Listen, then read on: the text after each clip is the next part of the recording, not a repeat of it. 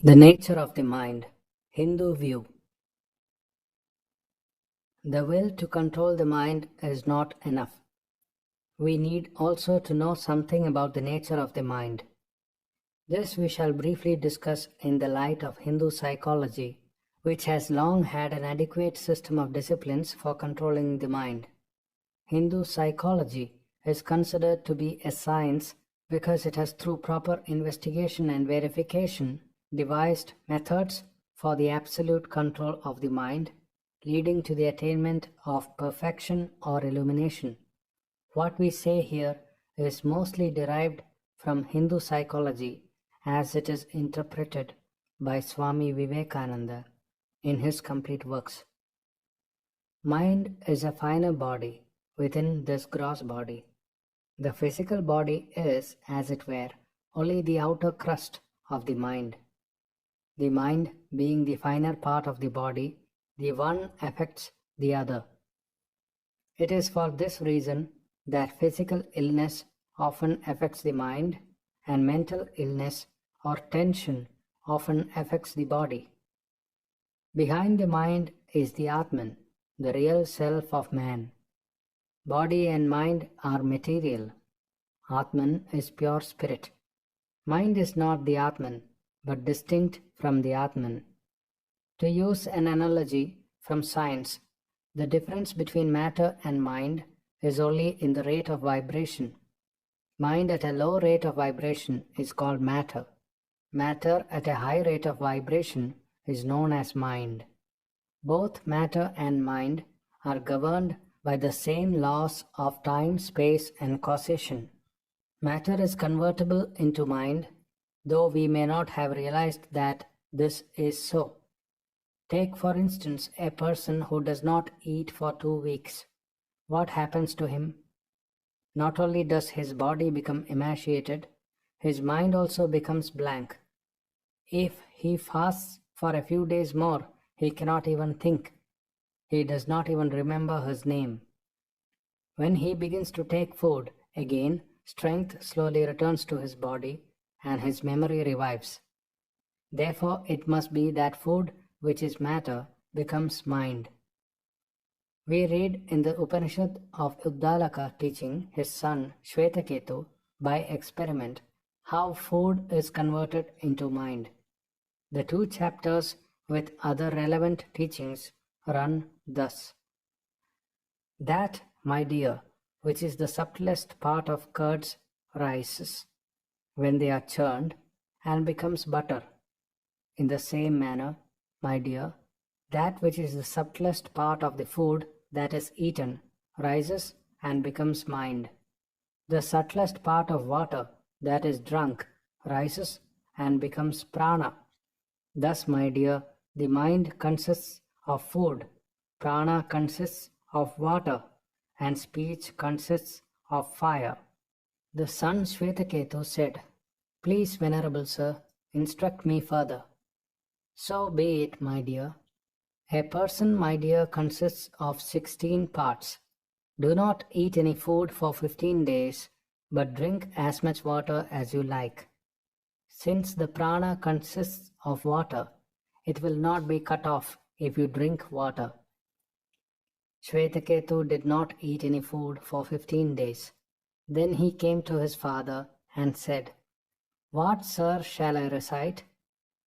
His father said, "The Rig, Yajus, and Saman verses." He replied, "They do not occur to me, sir." He could not remember the Vedas. His father said to him, "Just as, my dear, of a great blazing fire, a single coal the size of a firefly may be left, which would not burn much more than that, even so, my dear, of your 16 parts, only 1 part is left, and therefore, with that 1 part, you do not remember the Vedas. Now go and eat, and you will understand me." Shvetaketu ate and approached his father. Then whatever his father asked him, he showed that he knew it. Then his father said to him, "Just as, my dear, of a great lighted fire, a single coal of the size of a firefly, if left, may be made to blaze up again by adding grass to it, and will thus burn much more.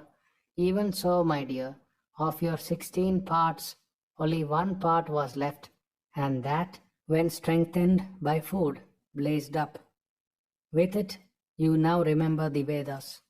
Therefore, my dear, the mind consists of food, the prana consists of water, and speech consists of fire. After that, he understood what his father said. Yes, he understood it. Those who doubt this teaching are invited to fast for 15 days, living only on water, and see what happens to their mind.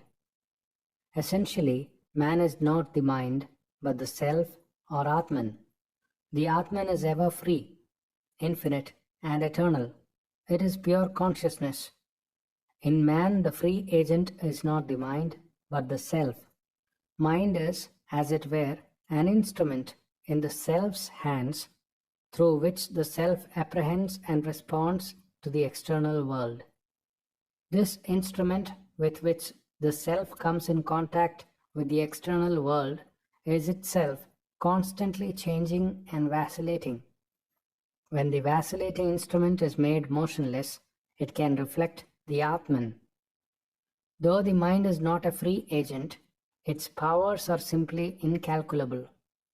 If man has smashed the invisible atom and released its power, if man has realized the unseen Atman and become illumined, it is through the powers of the mind that he had done these things. And so with all his other achievements in the diverse fields which fall between these two poles of attainment. In fact, the mind is omnipresent. Each mind is a part of the universal mind. Each mind is connected with every other mind. Therefore, each mind, wherever it may be, can be in communication with the whole world. The Upanishad teaches, He shining, all these shine. Through His radiance, all these become manifest in various ways. This profound teaching is to be remembered in order to understand the Hindu view of the mind. The source of all light is Brahman, the Supreme Spirit, pure consciousness. What is known as Atman, the knowing self of the living being, is identical with Brahman, pure consciousness. It is the radiance of this pure consciousness which manifests all things at all times.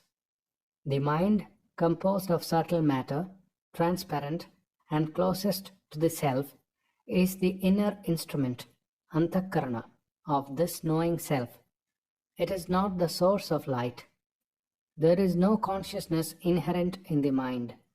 The mind receives the radiance of consciousness from the knowing self, whose inner instrument it is, and illuminates all things, including physical light.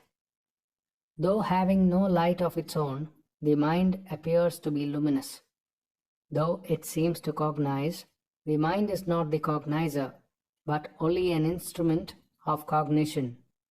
Shining as it does with the borrowed light of consciousness, the mind is an effective instrument of knowledge. From our own experience, we can know in a number of ways that there is a mind distinct from the organs and the body.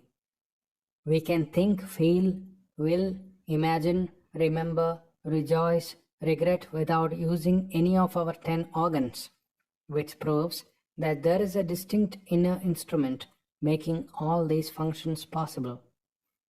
In order to convince those who doubt whether the mind is a distinct inner instrument, the Upanishad gives the following argument. They say, I was absent-minded. I did not see it. I was absent-minded. I did not hear it. It is through the mind that one sees and hears. Desire, resolve, doubt, faith, want of faith, steadiness, unsteadiness, shame, intelligence, and fear. All these are but the mind. Even if one is touched from behind, one knows it through the mind. Therefore, the mind exists. The mind has the power of looking back into itself. With the help of the mind, we can analyze the mind and see what is going on in the mind. According to the Hindu analysis, the mind has 3 constituents, 3 levels, 4 functions, and 5 conditions, which we shall explain very briefly. Why is it that the mind is not always found in a uniform state? The reason is that the mind is compound of 3 substantive forces called gunas, sattva, rajas, and tamas. These gunas are also basic constituents of the entire universe, physical and mental. Sattva is the principle of poise, conducive to purity, knowledge, and joy. Rajas is the principle of motivity, leading to activity, desire, and restlessness. Tamas is the principle of inertia, resulting in inaction, dullness, and delusion. Tamas causes the mind to move on a low level, Rajas scatters the mind and makes it restless, and Sattva gives it a higher direction. It is not easy to define the gunas, hence Vidyaranya defines them according to their effects. Non-attachment, forgiveness, generosity, etc. are products of Sattva. Desire, anger, avarice, etc. are products of Rajas. Lethargy, confusion, drowsiness, etc. are products of Tamas. When Sattva functions in the mind, merit is acquired. When Rajas functions, demerit is produced. When Tamas functions, neither merit nor demerit is produced, but life is wasted for nothing. The constitution of individual minds is determined by the various combinations and permutations of these gunas. This explains the varieties in human nature and also the vacillating nature of the mind. We often say, "I have changed my mind." This would be impossible if the mind were composed of one substantive force only. In that case, men could neither fall nor rise. All would then remain as they were born. We are familiar with the words conscious and subconscious. These indicate different planes on which the mind operates. On the conscious plane, all work is normally accompanied by the feeling of egoism. On the subconscious plane, the feeling of egoism is absent. There is a still higher plane on which the mind can work. It can go beyond relative consciousness. Just as the subconscious is beneath consciousness, so there is another plane which is above relative consciousness. This is called the superconscious plane. Here also the feeling of egoism is absent, but there is a vast difference between this and the subconscious plane. When the mind passes beyond the plane of relative consciousness, it enters into samadhi or superconsciousness. The superconscious plane of the mind is the mind in its pure state. In a sense, it is then identical with Atman. This is why Sri Ramakrishna says, "That which is pure mind is also pure buddhi. That again is pure Atman." These 3 planes of conscious, subconscious, and superconscious all belong to the same mind. There are not 3 minds in one man, but 3 levels on which the mind operates. The question of controlling the mind relates only to the conscious plane, where the mind is normally accompanied by the feeling of egoism. We cannot directly control the subconscious mind unless we are established in yoga. The question of controlling the mind on the superconscious plane does not arise. But the superconscious plane can be reached only by those who have controlled their minds on the conscious and subconscious planes. The mind in its functional aspect has 4 faculties: manas, buddhi, ahankara, and chitta. Manas is that modification of the internal instrument, antakarana, which considers the pros and cons of a subject. Buddhi is that modification of the internal instrument which determines. Chitta is that modification of the inner instrument which remembers. Ahankara is that modification of the inner instrument which is characterized by self-consciousness. In every external perception, these four functions of the mind are involved. These four functions follow one another so rapidly that they seem instantaneous. The mind manifests itself in the following five conditions: scattering, darkening, gathering, one-pointed, and concentrated.